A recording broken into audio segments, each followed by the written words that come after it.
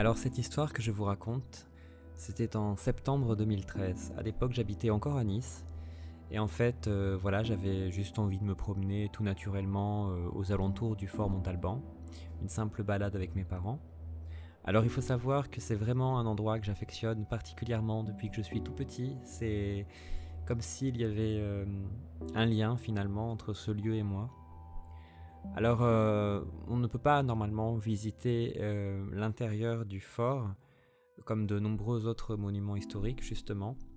Et c'est étrange parce que ce jour-là, ce jour où je me suis baladé, en fait, je ne le savais pas du tout, mais il y avait les journées du patrimoine, donc avec les portes ouvertes. Donc le hasard est vraiment encore une fois très curieux puisque en fait j'ai pu visiter le fort alors que je m'y attendais mais pas du tout.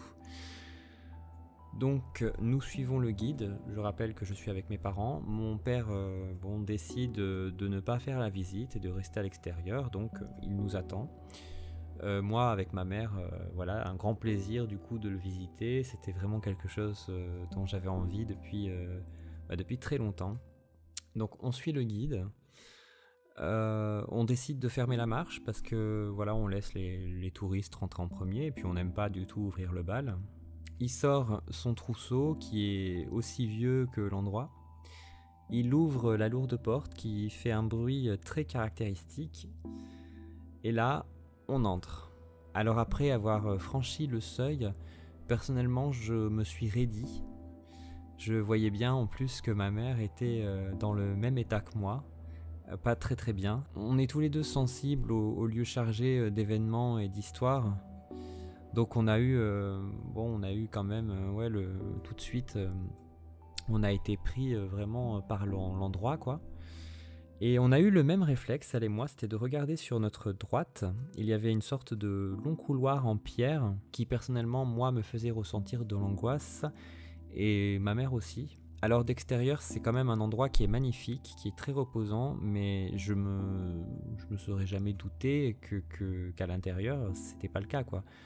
C'est vraiment une ambiance assez particulière. Alors pour décrire un petit peu la sensation, c'est comme une impression d'étouffement. L'air difficilement respirable, voilà. Il y avait des images qui me venaient en tête, des scènes de bataille. Dans la pièce principale par exemple, des repas et quelques rires. Il y avait une pièce en particulier, je m'en souviens très bien, qui sentait très fort le brûlé. Et l'odeur était vraiment très prenante et ma mère sentait aussi l'odeur. D'ailleurs, je crois que de toute façon, tout le monde sentait l'odeur de brûlé. Il y avait une autre pièce aussi avec une trappe au sol, plutôt profonde. On pouvait voir de l'autre côté puisque c'était une trappe grillagée en fait. Alors plus ça avance, plus la visite se fait et plus mes ressentis se peaufinent. Je commence à avoir des scènes, voilà, j'imagine qu'il y a beaucoup de personnes entassées dans les couloirs qui semblent apeurées et tristes. Alors oui, vous me direz, c'est un fort militaire, donc c'est plutôt évident et ça paraît évident d'avoir ce genre d'images et de ressentis qui viennent. L'esprit humain, on le sait, peut être totalement biaisé par des informations.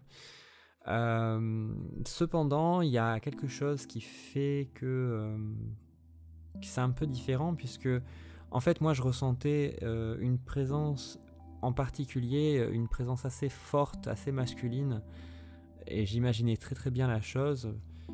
C'était un homme en tenue militaire, plutôt jeune, une tenue un peu plus moderne parce qu'on parle d'un fort militaire qui date de 1557, pardon. Et moi, l'image que j'avais en tête, c'était un jeune homme, oui, mais plutôt avec une tenue plutôt moderne. Voilà, on va dire 1900. Et entouré de noir, et la présence que je ressentais durant toute la visite était vraiment, mais alors vraiment peu commode et plutôt menaçante. C'était très très désagréable de faire la visite. Et là où ça devient intéressant, c'est que moi j'étais pas du tout au courant, mais vers la fin de la visite, une grosse surprise puisque le guide nous dit que les nazis se sont emparés du fort à une époque et ça collait, mais alors parfaitement avec l'image que j'avais en tête et la chose que je ressentais, quoi. Et je me suis senti encore plus mal quand j'ai appris ça. Alors la visite aura duré presque 1 heure. On est ressorti du fort totalement épuisé, mais alors... Ensuite, on a échangé nos impressions et ressentis. Et en fait, une fois sorti, c'est là qu'on a parlé et qu'on a remarqué qu'on avait des ressentis et des impressions qui étaient très similaires à notre surprise. On décide donc de rentrer à la maison, hein. Donc le soir venu, dans le salon, je suis avec ma mère, elle est devant la télé tranquillement, et là, une odeur de brûlé caractéristique et prenante, comme celle qu'il y avait dans la fameuse pièce du fort. Donc, ma mère la sent, moi je la sens, on commence à trouver ça bizarre, on se pose des questions, et là, on tilte un peu, parce qu'en fait, on a un peu le même ressenti, qu'on n'est pas revenu seul, en fait. On a l'impression vraiment d'avoir quelque chose qui est revenu avec nous. J'avais clairement l'impression d'avoir ramené un morceau de passé avec moi. Alors je ne sais pas comment vous le décrire différemment. C'était comme si j'étais là et pas là en même temps, à une autre époque et à cette époque actuelle. C'était très particulier et en fait j'avais beaucoup de mal à rester dans ma chambre, puisque j'avais vraiment clairement l'impression que j'étais pas seul, et c'était très désagréable, aussi bien le jour que la nuit. Ça a duré quelques jours. C'était assez particulier, des événements un peu étranges quand même. Tout est revenu à la normale. Il y a eu d'autres visites au fort, d'autres événements qui se sont passés. Et c'est là que j'ai éprouvé le besoin de peindre le fort du Montalban. Et je peux vous dire qu'à ce moment-là, j'ai eu comme une révélation et comme un énorme soulagement d'avoir fait cette peinture. Vraiment une paix après avoir réalisé cette peinture. Et la suite, vous la connaissez d'ailleurs, puisque c'est avec cette première carte, à l'époque je ne savais pas encore, mais c'était cette première carte, que l'idée de faire un oracle a germé petit à petit. Et puis c'est confirmé par la suite avec la carte du passeur, donc avec le fameux rêve que j'ai déjà raconté plusieurs fois, ce fameux rêve avec le passeur qui a confirmé vraiment la création d'Algariel. Mais voilà, la toute première peinture que j'ai pu faire, c'était celle du Fort Montalban, suite à ces événements que nous avions vécus et à cette visite plutôt étrange. Alors depuis cette peinture, moi j'ai l'impression et la conviction que le fort est beaucoup plus calme qu'avant. J'y étais retourné en fait avec ma sœur et mon meilleur ami qui était venu passer des vacances à Nice.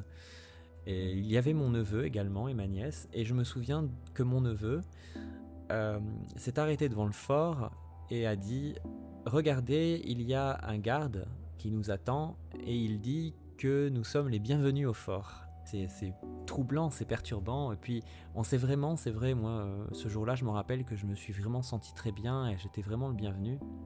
Voilà, Algariel est né comme ça en fait finalement, quand on y pense. J'ai souvent parlé du passeur qui a été vraiment le fil conducteur, mais la toute première carte que j'ai pu faire, c'était vraiment le Fort Montalban. Et je tenais à vous raconter donc cet événement. Écoutez, voilà, ce premier épisode de Une carte, une histoire s'achève. J'espère que ce format vous plaît et que vous avez peut-être un peu frissonné avec mes histoires un peu étrange. Donc voilà, la série sera surtout axée sur des histoires un peu étranges que j'ai vécues autour de mes cartes. Donc je vais surtout privilégier les cartes qui ont une histoire vraiment derrière. Et je trouvais ça bien de commencer par celle-ci. Voilà, écoutez, je vous souhaite une excellente journée, une excellente soirée, suivant le moment où vous regardez cette vidéo. Et prenez bien soin de vous et faites attention. À bientôt.